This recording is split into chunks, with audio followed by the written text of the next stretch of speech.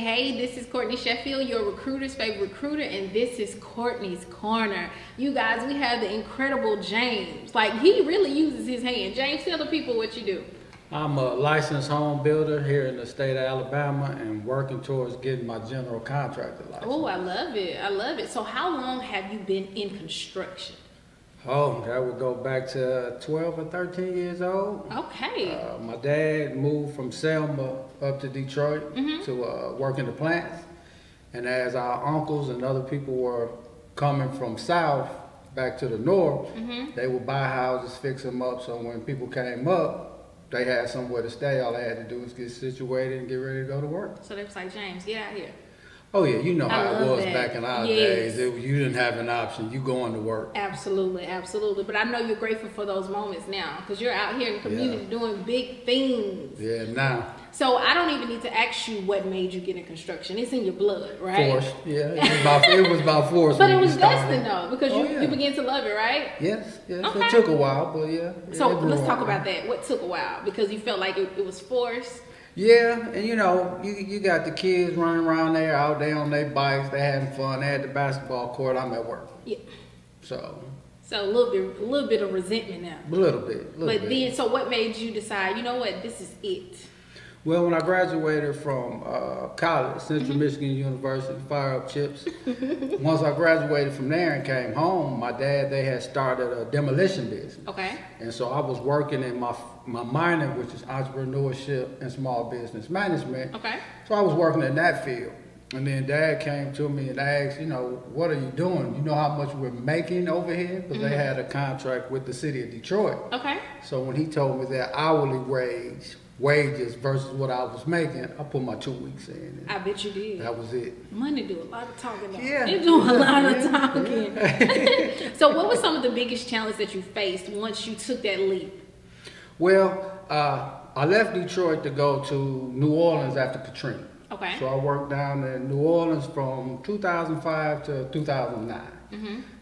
Then I came here, and in 2015, I went and got my actual license. I was doing small jobs here and there, but I kept getting offered bigger jobs that I needed a license for to pull a permit. Gotcha. So I sat down, studied, got took my test, became a licensed home builder, and from there, we took off. So some of your biggest challenges before you actually took off was the license. So is it hard to get your license? Not really. Not really. It's a yes and no. It's an open book test. However, if you don't know what you're doing, like you're not going to be able to just flip through that book because it's a time test. Got it. So you'll never be able to finish the test in the time allotted if you don't know what you're doing. So that was one of the biggest things, to actually sit down and take my time and study for the test, because I had a full-time job at the time as well. So you got a full-time job, trying to study and get ready for the test. So A lot of time management. You had to stay focused. Okay. How do you ensure your projects, how do you secure your projects? So do you get a lot of individuals that reach out to you, or do you go after a lot of contracts? How is that in the city of Birmingham right now for you? Well, I've been blessed. It's been a lot of word of mouth. Oh, love it. From where I started, and then people just kept liking my work, passing it on to family, friends, and everything just kept going. And now I'm working with Titusville Development Corporation. Okay. So we're doing renovations over in the Titusville area. So been blessed to connect with them. I love that. I tell people, you do good work. Yes. That's where your client's going to come from. Oh, Word of mouth. Before social media and everything, it's just, you know what, go call James. Because James did a good job, and still today, it's powerful to have a good name and for people to, refer you. So I love that so much. Because we don't run ads. I've never ran an ad. Come on now. I never had to. Just word of mouth. I love that. So currently, how many projects are you working on?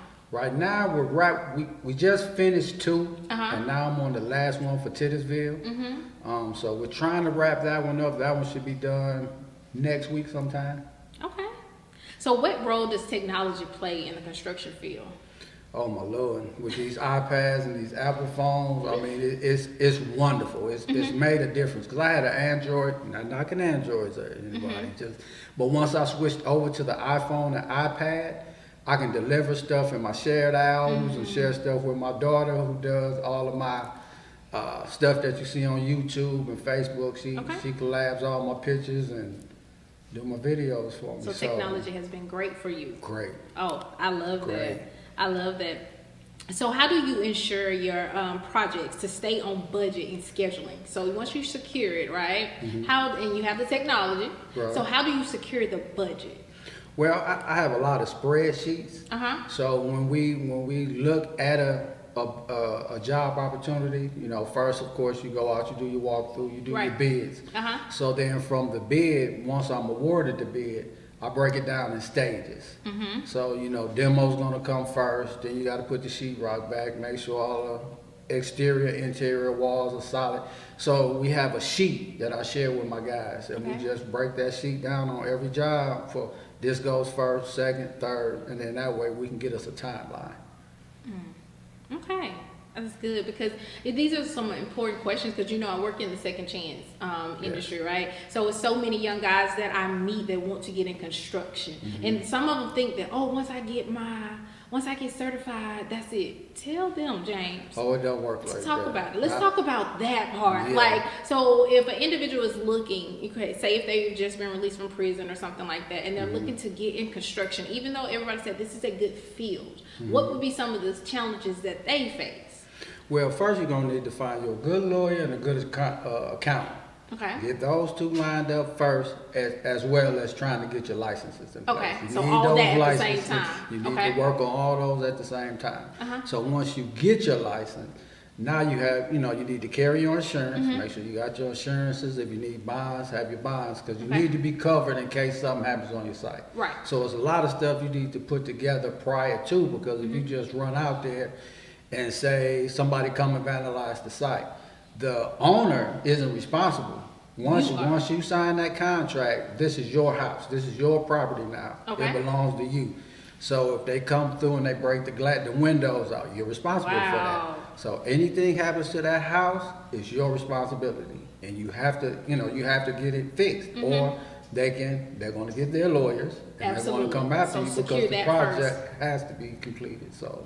Okay. Yeah. So how often will the background affect it?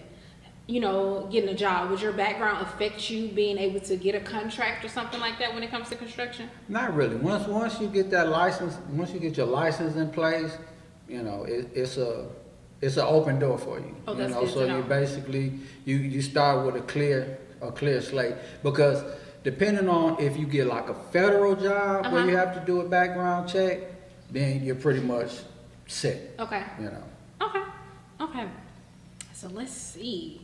You're educating me today. I love this. So how do you address the labor shortages right now? Everybody is stating that it's hard to get employees. Is that something? It is. It's hard to get good employees and to keep them. Because usually when they're good, other people are looking for them as well. Absolutely. So when you find the good ones, you got to pay them what they were. You know, you got to make them know that they're valuable to you. You can't just have them running all over town, just, you know, free-nilly. You know, you got to let them know, look, I appreciate everything you do. Let's keep this going. We can get more work. So, you know, from time to time, you give them incentives. So, like, if we finish something early and the budget is good, I may slide them a couple extra dollars. Got it. So, you know. We need more bosses like you. But what about individuals who are trying to, they want to get in construction, but they really don't have that experience? Are you willing to give them a chance? I know sometimes you have the projects where it's like, you have to stay focused and I need skilled workers. But are you, like, is your company hiring like general laborers and then you're willing to train? Or right now is the need so heavy that you have to have skilled employees? Well, it's a mix of both. Okay. You know, I keep my skilled trades people, you know, my electricians, my HVAC. I do the plumbing for the most part, but I also partner with A Plus Plumbing.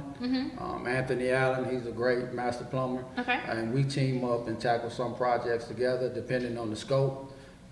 So my skilled trades people, for the most part, I have them on locks. They're all, you know, they're all subs. So we just get together. I see what their price is.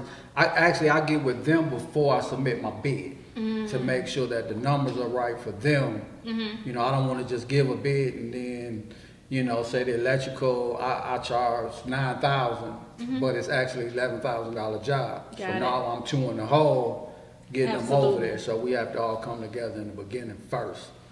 And I know that you have a servant's heart, right? So how is your organization contributing to the community right now?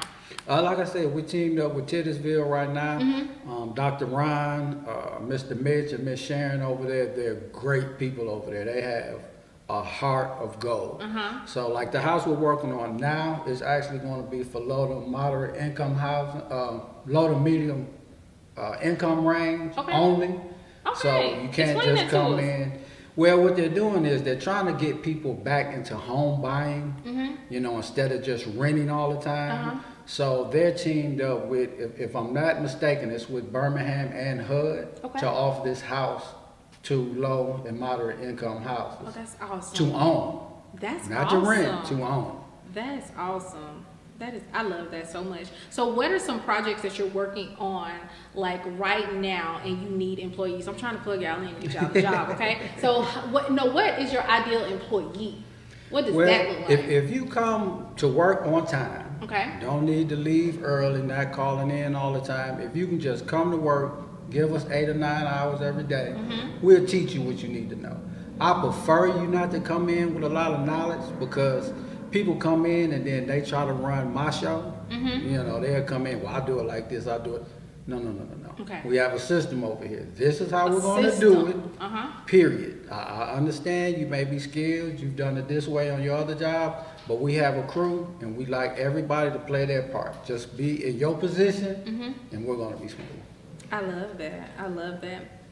So, how is your business? Well, I basically asked you that. So, what do you have going on right now? So, you say you're in a contest. Let's talk about this contest. Oh, yeah. Let's talk about it. Yeah, it's Tell the people. Entrepreneur of Impact. Okay. It's a contest that Forbes is putting on. So we're in the last couple of weeks. I'm in 4th place now. We started with 75. Oh my. So we're You're down in to 4th the place. yeah, Congratulations. We're down to the last 5. Okay. So trying to get that #1 spot. So y'all follow me on Facebook, James Gibson Sr. Go on the page, vote. Now on there you can vote for free. Okay. Or you can donate. Okay. Donations, please. Everybody listen to me because I keep getting this question. Okay. Do we get the donation? Donations do not go to us. They go to GNU Foundation. It's a nonprofit though. It's a nonprofit. So it's a tax write-off, is it not? Tell the people. Yes, it's tax write-off. So you can claim it on your taxes, and it's great. They're out there. They're helping kids eat healthy. It was part of the initiative when Michelle Obama came when they were in office, and she started the nutritional stuff for schools. It's a spin-off of that. Okay. So it's wonderful. So it's going for a good cause. But if nothing else, hit them free votes. I love that. So speaking of that, what legacy do you hope to leave? Well, like you said, I got a servant's heart. And our apostle always talks about giving. Absolutely. Giving. And to me, it's just fun and calming at night when I go home and I know I've done something good for our community. Absolutely. Because our communities right now are suffering. So they need as many caring people, to help give back. And I know I keep talking about Titusville, but I'm just so proud of that organization that I'm teamed with, that they just care about the people. Absolutely. They care about their people in the neighborhood. And that's so important when you love what you do, right? Because nowadays you have, so just an example, I have a young man who loves to work fast food. And every time he works at one of the local McDonald's, and every time I go in there, it's a smile on his face. He's eager to help. So when you have people that's eager to help and eager and love what they do, the impact is completely different. Especially when you're out here changing lives. But every job title, you are changing lives, and you have to love it, right? Oh yeah. So I thank you, James. What would you like to leave with the people? How can they get in contact with you? I know you already gave your information, but I would love for you to give it again. How can they get in contact with you? And you are hiring, so let the people know. How can they get in contact with you? Well, the name of my business is G&M Remodeling LLC. You can find me on Facebook, TikTok, on YouTube. I actually have a construction talk show that I'm starting up. Okay. Me and my daughter and my wife, Uh-huh. Miss Coretta, Lemons the Lemonade. Lemons to Lemonade. Little plug. So we got the construction talk that's going on. It's Mr. Gibson Construction Talk on YouTube. And I'm just going to bring in various trades, various people like Titusville, and hopefully I can sit down with the mayor and we can talk about some of the things that's coming to Birmingham. And, you know, we're going to have code talks. We're going to have electricians on there. So we can help everybody that's looking for a lane into getting into construction. We're going to be here to help. I can be reached at 205-913-0057. Email gibsonconstruction1@gmail.com. Just drop me a text, drop me an email, and I'll get back to you. Listen, you definitely want to get in contact with Mr. Gibson because he's evolving and he would love to pour into individuals, and he's doing it every day. So reach out to him as soon as you can, and thank you guys so much for tuning in to Courtney's Corner. See you next time.